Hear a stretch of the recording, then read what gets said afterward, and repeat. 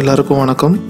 ஊர் சுற்றுல இன்னைக்கு இந்த விக்கிரவாண்டியிலேருந்து தஞ்சாவூர் வரைக்கும் போடுற அந்த 4 வழிச்சாலை பணிகளை பற்றி பார்ப்போம். ஏற்கனவே இது சம்மந்தமாக 2 அப்டேட் கொடுத்துருக்கோம். இது 3வது அப்டேட். கொரநாட்டு கருப்பூர் அங்கிருந்து கள்ளப்புலியூர் வரைக்கும் நடந்துகிட்டு இருக்க அந்த பணிகள் மட்டும் இப்போ பார்ப்போம். தாராசுரத்துலேருந்து இந்த கொரநாட்டு கருப்பூர் வரைக்கும் பார்த்தீங்கன்னா அந்த ஏற்கனவே இருக்கிற அந்த கும்பகோணம் பைபாஸை ஒட்டியே ரோடு எக்ஸ்டெண்ட் பண்ணுறாங்க. அதுக்கப்புறம் இங்கே வரும்போது இது பழைய ரோடு NH45C, அது ஏற்கனவே நேஷனல் ஹைவேஸ் தான். இருந்தாலும் இப்போ இது NH36 அப்படின்றாங்க. இது மானாமதுரையிலேருந்து விக்கிரவாண்டி வரைக்கும் கனெக்ட் ஆகிறதால அது ஆல்ரெடி அங்கே இருக்கிற நேமை அப்படியே இதுக்கு வச்சுட்டாங்க. கொரநாட்டு கருப்பூரில் இருக்கிற இந்த பள்ளிவாசலோட ஃபோட்டோ நெட்டில் வைரல் ஆச்சு. இன்னும் க்ளோஸ்அப்பில் போனால் நல்லாவே இருக்கும். சுற்றி வயலாக இருந்துட்டு நடுவில் மட்டும் பள்ளிவாசல் இருக்கும்போது. கொரநாட்டு கருப்பூரோட பழைய பெயர் என்னன்னு பார்த்தீங்கன்னா திருப்பாடலவனம். இந்த ஊரில் நிறைய பாதிரி மரங்கள் இருந்ததால் இந்த பெயர் வந்தது. இப்போ இருக்கிற இந்த கொரநாட்டு கருப்பூர் அப்படின்ற பெயர் எப்படி வந்துச்சுன்னு பார்த்தீங்கன்னா, இந்த ஊரில் இருக்கிற அந்த காளியம்மன் அது முக்கியமான பங்கு உண்டு. அந்த காளியம்மன் பார்த்தீங்கன்னா பெட்டியில் காவிரி ஆற்றுல மிதந்து வந்ததாக ஒரு ஐதீகம். வெள்ளத்தில் அடித்து வரப்பட்ட அந்த பெட்டி காளியம்மன் இந்த ஊர் கோவிலுக்கு எடுத்து வச்சுருக்காங்க. இந்த அம்மன் இந்த ஊருக்கு வந்ததுக்கப்புறம் குறைந்த கருப்பு காளியூர் அப்படின்னு மாற்றிருக்காங்க. அதாவது அம்மனோட உருவம் சின்னதாக இருந்ததால குறைந்த கருப்பு காளியூர். அது காலப்போக்கில் மருவி கொரநாட்டு கருப்பூர் அப்படின்னு ஆயிடுச்சு. அதே போல் 3ஆம் குலோத்துங்க சோழன் அவரால் கட்டப்பட்ட ஒரு பழமையான ஒரு கோவில் இங்கே இருக்குது.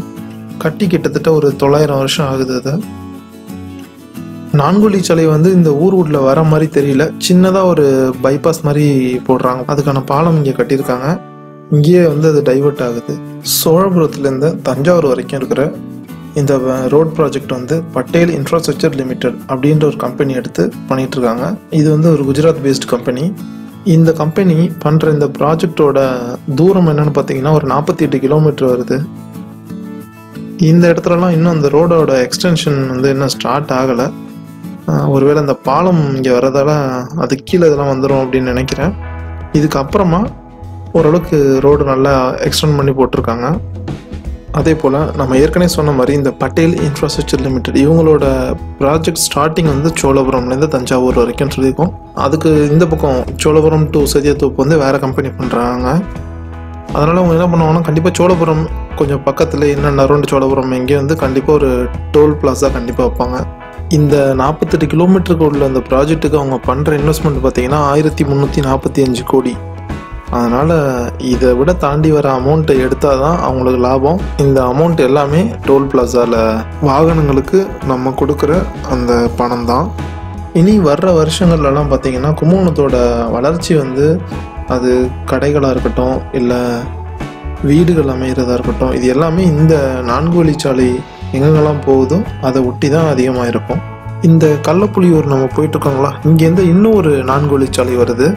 அது எதை கனெக்ட் பண்ணுது அப்படின்னு பார்த்தீங்கன்னா கும்பகோணத்துக்கும் சீர்காழிக்கும் ஒரு 4 வழிச்சாலை. அது அங்கே ஈசிஆரில் 4 வழிச்சாலை பண்ணதுக்கு அப்புறம் இந்த ப்ராஜெக்டை ஸ்டார்ட் பண்ணுறாங்க.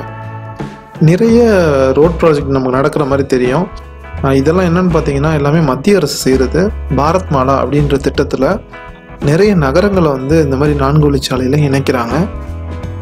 அதில் ஒரு பகுதியாக தான் இந்த ரோடு போட போகிறது. ஒரு நல்ல விஷயம் என்னென்னா மாநில அரசோட தலையீடு இந்த மாதிரி ரோட் ப்ராஜெக்டில் அதிகமாக இருக்காது. அப்படி இருந்தால் இன்னுமே டிலே ஆகும். இவ்வளோ குயிக்காக எந்த வேலையும் நடக்காது. ஒரு எக்ஸாம்பிள் நீங்கள் பார்த்தீங்கன்னா நம்ம 3rd ஃபேஸ் பைபாஸ், அதாவது தாராசுரம், மருதநல்லூர், கிருஷ்ணாபுரம் இந்த ஊர் இணைக்கிற அந்த பைபாஸ் கிட்டத்தட்ட 10 வருஷத்துக்கு மேலே அவங்க அறிவிச்சுட்டு தான் இருக்காங்க அதை செயல்படுத்துவோம் அப்படின்னு. இன்னும் அவங்களால பண்ண முடியலை. திட்டமிடப்பட்டிருக்க இந்த 4 வழிச்சாலைகள் எல்லாம் முடிஞ்சாவே கிட்டத்தட்ட டெல்டாவில் உள்ள எல்லா நகரங்களுக்குள்ளும் எளிதான ஒரு கனெக்டிவிட்டி கிடைக்கும். இதில் விடுபட்டதுன்னு பார்த்தீங்கன்னா மன்னார்குடி மட்டும்தான். பட்டுக்கோட்டை, மன்னார்குடி, கும்பகோணம், ஜெயங்கொண்டம், விருத்தாச்சலம் இதில் ஒரு 4 வழிச்சாலை வந்துச்சுன்னா அந்த ஊர் மக்களுக்கு அதிக பயன் தரும். ஓகே, இந்த வீடியோ கடைசி வரைக்கும் ஸ்கிப் பண்ணாமல் பாருங்கள். 4 வழிச்சாலையோட முதல் 2 வீடியோ நம்ம டிஸ்கிரிப்ஷனில் கொடுத்துருக்கோம். அதையும் மறக்காமல் பாருங்கள். நன்றி, வணக்கம்.